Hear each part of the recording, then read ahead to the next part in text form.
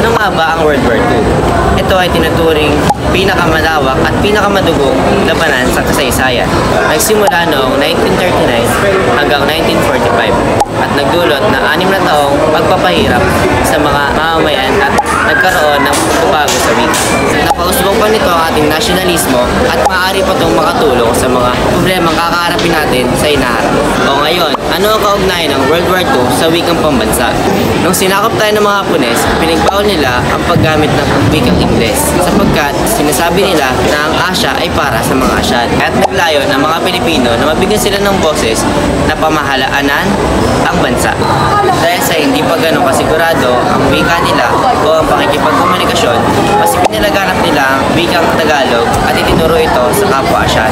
Hulyo 1942 nung isinad ito. Oktobre 14, 1942 nung ito ay sinimula ng pagtuturo sa mga mamamayan. Dahil sa mga kagustuhan ng mga Hapones na hindi gamitin at kalimutan ang wikang Ingles, natulungan pa nila tayo na pausbungin ang wikang Pilipino na nagagamit natin sa kasalukuyan. Mukha. Hindi nyo alam kaninong mukha, di ba? Kaya nandito naman ngayon si Mr. Relatos upang ipakilala sa inyo kung sino nga ba ang nasa larawang ito at kung ano ang koneksyon niya sa wikang pambansa. Kilala niyo ba si Douglas MacArthur? Hindi. Alam ko isa siya sa Amerikanong general. Alam ko isa din siya sa papel sa ikalawang digmaang pandaigdig. Alam ko siya din yung nag-iwan ng katagang I shall return sa mga Pilipino bago siya mawala.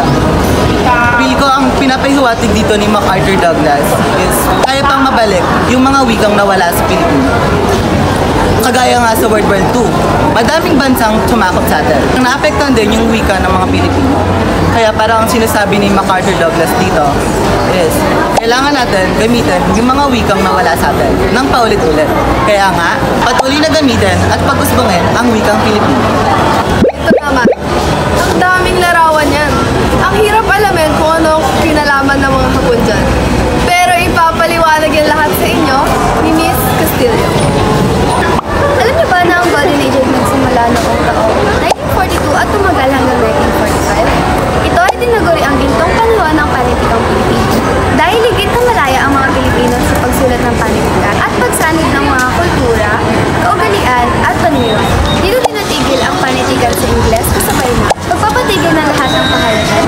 Sa panahon din ito, sinunog ang mga aklat na naisusulat sa Ingles upang masiguradong hindi mababahiran ng kalurang ideya ang panitikang Ingles. Para sa panghuling larawan na makikita natin ngayon dito sa museo. Pamilyar ba kayo sa kanya? Pamilyar kayo? Siya lang naman si George Bute. Siya ay isang Amerikano at akademiko na pansamantalang nagsilbi bilang isang gobernador general sa ating bansa noong panahon ng mga Amerikano. Si Gobernador General George Bute ay kilala at nakilala sa kanyang mga pahayag hinggil sa paggamit ng wika sa sistema ng edukasyon noong panahon ng mga Amerikano. Bagamat siya ay isang Amerikano, lakas loob niya ang ipinahayag sa lahat na hinding-hindi at hindi nararapat na maging wikang pambansa ang wikang Ingles. Kasabay ng kanyang pahayag ay sinabi rin niya na ang dapat gamitin na lengguwahe sa loob ng 4 na taon ng mga mag-aaral ay ang wikang vernacular. Na kung ikokonekta natin sa panahon natin ngayon, ito ay naipatupad na.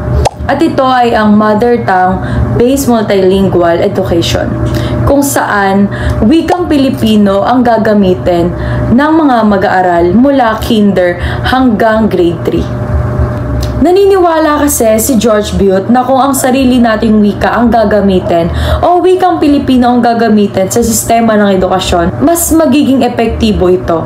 Mas madaling mauunawaan at mas madaling matututo ang bawat mag-aaral.